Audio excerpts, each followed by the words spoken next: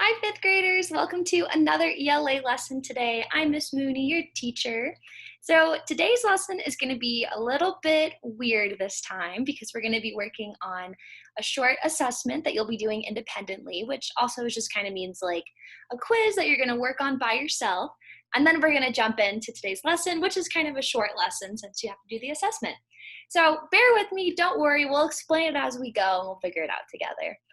So for today's topic, it's going to be analyzing a text independently. So we've talked about what analyzing a text means before, which basically just means we have our text like Esperanza Rising, and we take time to read through it slowly, doing a close read, looking for figurative language, main idea, theme, all of our things like that. And then when it says independently, that means that you're going to be doing it by yourself. So that's that assessment piece that we'll be working on today. And then today's lesson is special because we actually have two objectives.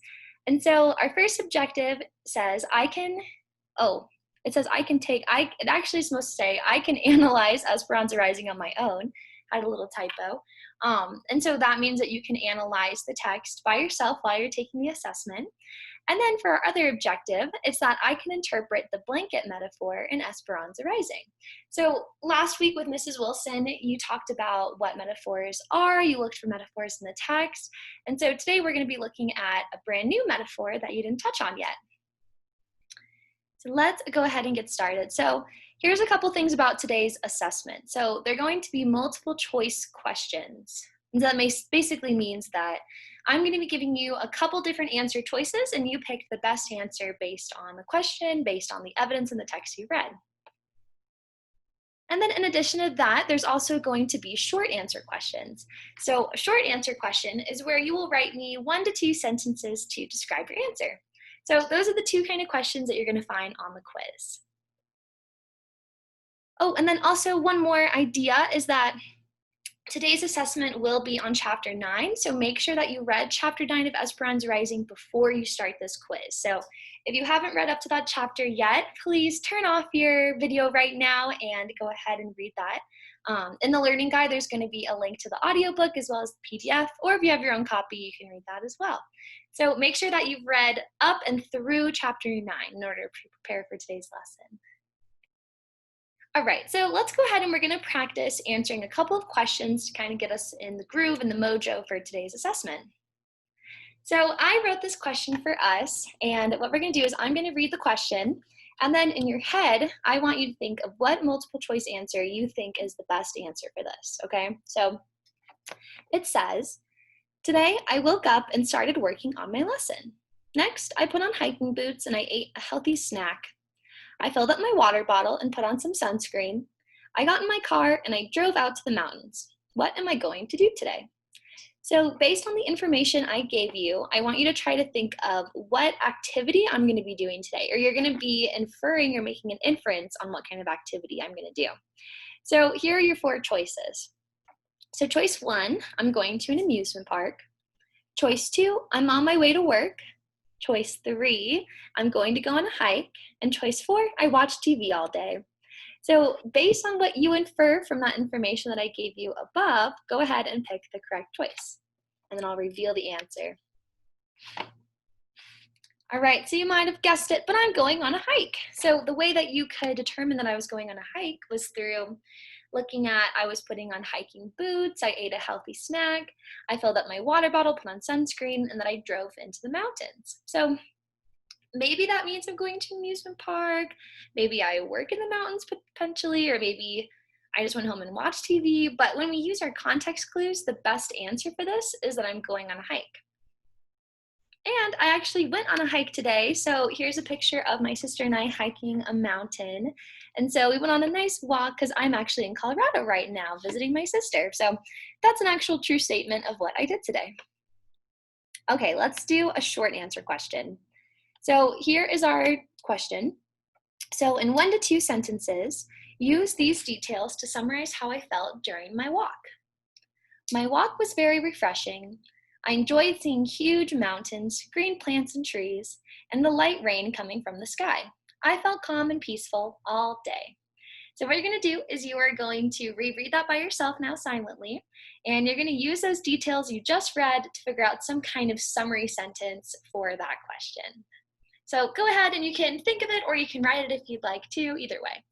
But go ahead and think of some kind of sentence or 1 to 2 sentences that summarizes my feelings during the day. So you can pause if you need more time too.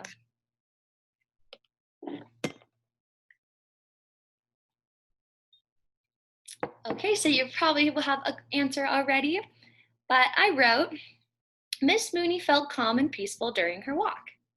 She felt this way after seeing huge mountains, green plants and trees, and feeling the light rain coming from the sky. So I used evidence in the text, which also the text in the situation is the short paragraph that I wrote, but I took evidence straight from that. And so in my text, I said that the mountains and the plants and the trees and the rain, all of that made me feel peaceful and calm. And so that's how I knew that I felt peaceful and calm on my walk. So good job in that beginning activity.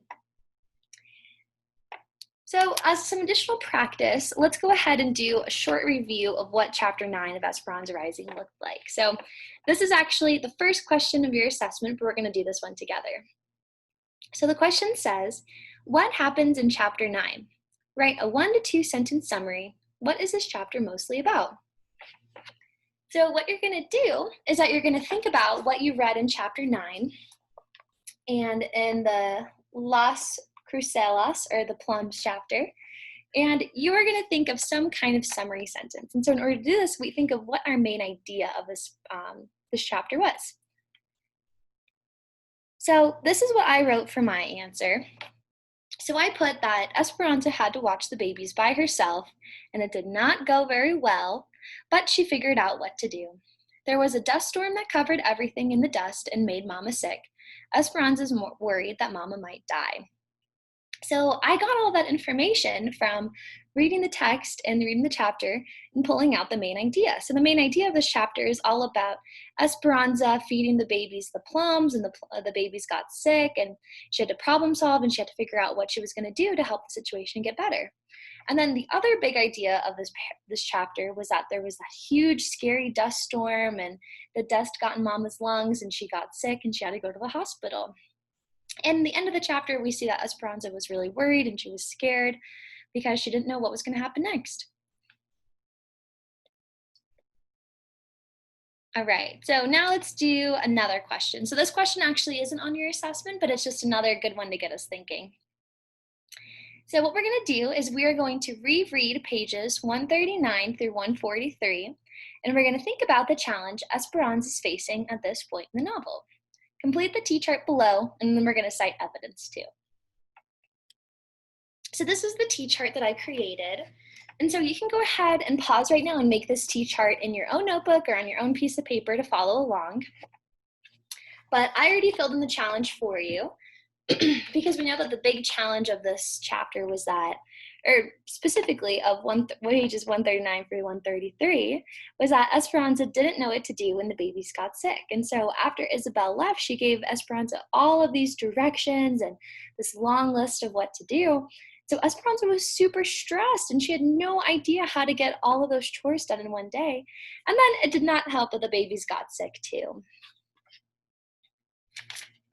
So I'm going to go through and read some of the parts. I'm not going to read all of the pages just for time's sake because we have to get started on our assessment, but I'm going to go through and read just a couple of the really important parts. So I'm starting on page 139, or also if you're reading along on a different one, it's just the chapter that starts, it's the beginning of the plums chapter. Okay, so here is the second paragraph talking about Isabella giving them direction. So it says, put Pepe down for a nap first, and when he falls asleep, put Lupe down. Otherwise, they will play and never go to sleep, and Lupe will not eat bananas.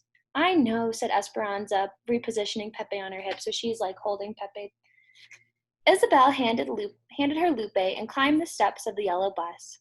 She found a seat and she waved from the window. Esperanza wondered who was more worried, she or Isabel. Esperanza struggled to carry both babies back to the cabin. Okay, so now I'm just going to go to the next page. So this is in like the middle of the first paragraph. So Esperanza stirred the beans and watched Lupe and Pepe play. I wish Abuelita was here to see me, she thought. She would be so proud. Later, Esperanza looked for something to feed the babies for lunch. A bowl of ripe plums sat on the table. They should be soft enough to eat, she thought. She took several, removed the pit, and mashed them with a fork. Both babies loved them. So that was talking about her response of feeding the babies the plums in the first place. That was the first thing. So now we're going to skip a little bit more. We're going to go to page 141 where they start talking about what was wrong with the baby. So she woke up to Lupe's whimpering and an atrocious smell. Brown liquid leaked from her diaper. Esperanza picked her up and carried her out of the room so that she wouldn't wake up Pepe. She changed her into a dry diaper and rolled up the soiled one and put it into a ball by the door so she could take it out to the toilets. So the challenge that we read is that Esperanza did not know what to do when the babies got sick. So the first response that I just read is that Esperanza changed the babies' diapers in order to keep the babies clean. So that was her first response to that problem. If we're thinking of cause and effect, the cause is that the babies were getting sick, and if you're thinking about effect, it would be that Esperanza changed the babies' diapers. And as we read on, we can see that Esperanza changed lots of stinky diapers when the babies were getting sick. And so then we know that Pepe started getting sick, and so she ran back into the cabin trying to change their diapers and get the babies all cleaned up. But then on page 141, a different smell greeted her. The beans! She had forgotten to add more water. When she checked the pot, they appeared to be scorched only at the bottom, and she poured in the water and stirred them. The babies cried and never went back to sleep. Both dirtied their diapers again. Did they have the flu, or was it something they ate? No one else has been sick recently. What did they eat today? Only their milk and the plums. Oh, the plums, she groaned. They must have been too hard on her stomach. What did Horsinia give her when she was sick? She remembered, the rice water. So it looks like that is the next response. So the next response she thought of was when she problem solved and she thought that what happened when she was little and she got sick. And she remembered that Horsinia used to give her rice water. So she went ahead and she fed the babies the rice water in order to make them feel better. So she let it cool, and then on the bottom of 142, we can see that Isabella was asking what happened, and she explained that they were sick from the plums. And then Esperanza was very upset in the end, as you can see, and so her and Isabella were yelling at each other because they were just getting in an argument. And so now we see the last response is that the beans were burned, and so Esperanza forgot about the beans on the stove, and the beans were burned because she was busy taking care of the baby. So that's how I went ahead and answered these questions, and you can see that the whole time I was using my book. And when I saw pages like 139 to 143, what I did is I went back in those pages and I reread. And then as I reread, I thought about our question in mind. And so as I was reading, I was constantly thinking about the challenge and then what that response was. So as you go on to do the assessment, make sure that that's what you're doing as well, that you're reading along with it and working on finding the best answer based on what you read in the chapter. All right, so now you're gonna try. So it's time for you to take the short assessment on your own. And so what you're gonna do is you're gonna use the link, and this link to the assessment or to the Google Forms, it is in the learning guide, or you can just copy the link that's on this slide. And then just a couple of reminders is that you want to make sure that you have your copy of Esperanza Rising with you. So whether that's a book or a PDF or an audio, you can find all of those links in today's learning guide as well, right, with the link to the test. And then you're going to try your best, and I want you to answer every question. So the quiz won't let you log out of it or submit it until you answer all the questions. And this also might take up to 30 minutes. So make sure you give yourself enough time. And so what you can do is you can go ahead and pause the video right now and just go straight to that quiz. You could do the quiz after today's video if you want, but make sure you get it done by today so that we can look at it in tomorrow's lesson. So here's the link, so you can pause the screen right now to take a look at that link. So when you go to the link, you are going to find this Google form right here that I'm showing you. And so there's 2 questions that just give you or give me a little background of if you've liked the book, what you think of the book. And then after that, there are 6 questions about the book, or sorry, 7 questions about the book. So you're going to go through each one, and you're going to follow along with the pages in our book to know the answers to those. And that is it. That is the assessment. And then at the end, there's going to be an area that tells you to go ahead and submit it, and then you'll submit it afterwards. So you don't have to put your name or anything. Just try your best and answer the question. All right, so either go ahead and pause right now to do that quiz, or you can keep on watching and do the quiz at the end. All right, welcome back. So now we're going to be looking at today's activity, which are big metaphors. So just a quick review of what a metaphor is, how we talked about last week, is that a metaphor is a figure of speech that compares two unlike things directly, and there's no word of comparison is used. So which is different than a simile, which uses like or as, a metaphor does not use those words. It's saying that something is something else or something was something else. It is direct.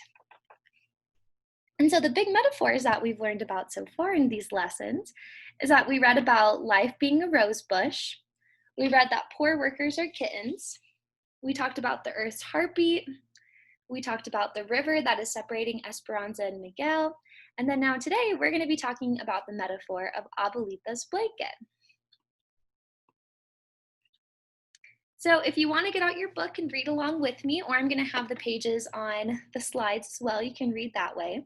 But we're going to kind of go back a little bit into the beginning of the book. I know we haven't looked at the beginning of the book in a while now, but that's actually where they start talking about the blanket. And I think you'll recognize it once we start reading again. But then it also talks about it in page 51. So I know that those aren't the pages that we've been reading in the last couple of days, but it's called a big metaphor because it talks about it all throughout the book, and it helps us get to what the theme is or what the big idea of the book is. So we're going to start with reading pages 12 through 15, and then we're going to jump to page 51 next. All right, so if you're reading along with me, go ahead and start looking at the top of page 12. And so as we're reading, make sure that you're looking out and you're listening for any kind of sentences or phrases that have to do with the blanket. So as a little hint, on page 13 or 12 and 13, it's kind of all about the blanket. And so just make sure that you're listening for that, and that's what you're following along for, so that we can take a look at the metaphors. All right, so I'm going to start at the first complete paragraph on page 12, starting with change. Change has not come fast enough, Esperanza. The wealthy still own most of the land, while some of the poor have not even a garden plot. There are cattle grazing on the big ranches, yet some peasants are forced to eat cats. Papa is sympathetic and has given land to many of his workers. The people know that. But Mama, did the bandits know that? I hope so, said Mama quietly. I have already sent Alfonso and Miguel to look for him. Let's wait inside. So if you remember, this part of the book is where Papa goes missing. This is chapter 2. Tea was ready in Papa's study, and so was Abuelita. Come, mi niña, my granddaughter, said Abuelita, holding up the yarn and the crochet hooks. I'm starting a new blanket, and I will teach you the zigzag. Esperanza's grandmother, who everyone called Abuelita, lived with them and was a lot smaller, older, and more wrinkled version of Mama.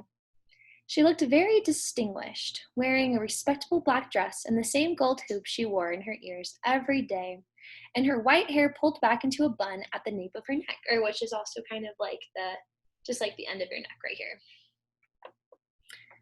Oh, I lost my spot. Oh, here we go. But Esperanza loved her more for her capricious ways than her propriety. Abuelita might host a group of ladies for a formal tea in the afternoon, then after they had gone, be found wandering barefoot in the grapes with a book in her hand, quoting poetry to the birds. Although some things were always the same with Abuelita, a lace-edged handkerchief peeking out from beneath the sleeve of her dress, others were surprising. A flower in her hair, a beautiful stone in her pocket, or a philosophical saying slated into conversation. When Abuelita walked into every room, everyone scrambled to make her comfortable. Even Papa would give up his chair for her. Esperanza complained. Must we always crochet to take our minds off worry? She sat next to her grandmother anyway. Page 14. Smelling her ever-present aroma of garlic, face powder, and peppermint. What happened to your finger? Asked Abuelita. A big thorn, said Esperanza. Abuelita nodded and said thoughtfully, No hay rosas sin espinas. There are no roses without thorns. So if you remember, that was a big metaphor that we talked about before, the no rose without thorns, which was a metaphor for saying that there's no life without hardships. There's no life without hard things happening. So remember that from a couple lessons ago. That was one of our big metaphors. Esperanza smiled, knowing that Abuelita wasn't talking about flowers at all, but there is no life without difficulties. She watched the silver crochet needle dance back and forth in her grandmother's hand. With a strand of hair fell into her lap, Abuelita picked it up and held it against the yarn and stitched it into the blanket. Esperanza, in this way, my love and good wishes will be in the blanket forever. Now watch. 10 stitches to the top of the mountain, add 1 stitch, 9 stitches down to the bottom of the valley. Skip 1. Esperanza picked up her own crochet needle and copied Abuelita's movements, and then looked at her own crocheting. The top of her mountains were lopsided, and the bottoms of her valleys were all bunched up. Abuelita smiled, reaching over and pulled the yarn, unraveling all of Esperanza's rows. Do not be afraid to start over, she said. Esperanza sighed and began with 10 stitches. Softly humming, Hornacina, the housekeeper, came in with a plate of small sandwiches. She offered one to Mama. No, thank you, said Mama. Horsiana set the tray down and brought a shawl and wrapped it protectively around Mama's shoulders. Esperanza couldn't remember a time when Horsiana did not take care of them. She was a Zapotec Indian from Oaxaca, with a short, solid figure and blue-black hair and a braid down her back. Esperanza watched the two women look out to the dark and couldn't help but think that Horsiana was almost the opposite of Mama. Don't worry so much, said Horsiana. Alfonso and Miguel will find him. Okay, so now we're going to jump to page 51, a couple chapters later. So I'm going to start with the second sentence. They pulled a blanket under her chin, and Esperanza went and held her hand. She remembered that night that Alfonso and Miguel brought Papa home in the wagon. How long ago was that? She knew it had only been a few weeks, but it seemed like lifetimes ago. Esperanza tenderly hugged and kissed Abuelita.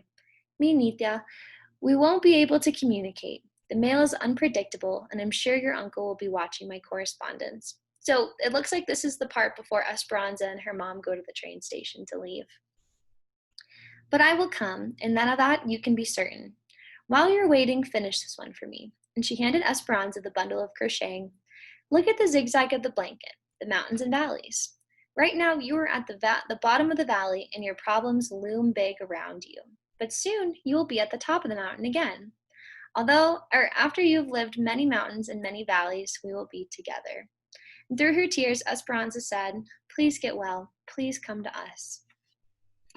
All right, so that was a lot of reading, but now we're going to ask ourselves 2 questions to see what this big metaphor of the blanket even is. So for the first question, we're going to be asking ourselves, is Abuelita's blanket a metaphor? For what? So I'll give you a hint. Yes, it is a metaphor. Spoiler alert. But next we're going to be figuring out why it's a metaphor, and we're going to break it down a little bit. So then our next question is, what is the big idea, or we also know we use that as theme, of the book is related to the blanket? So let's start by breaking down this metaphor. So as we learned last week, a good trick for learning a metaphor is by looking at the metaphor literally first.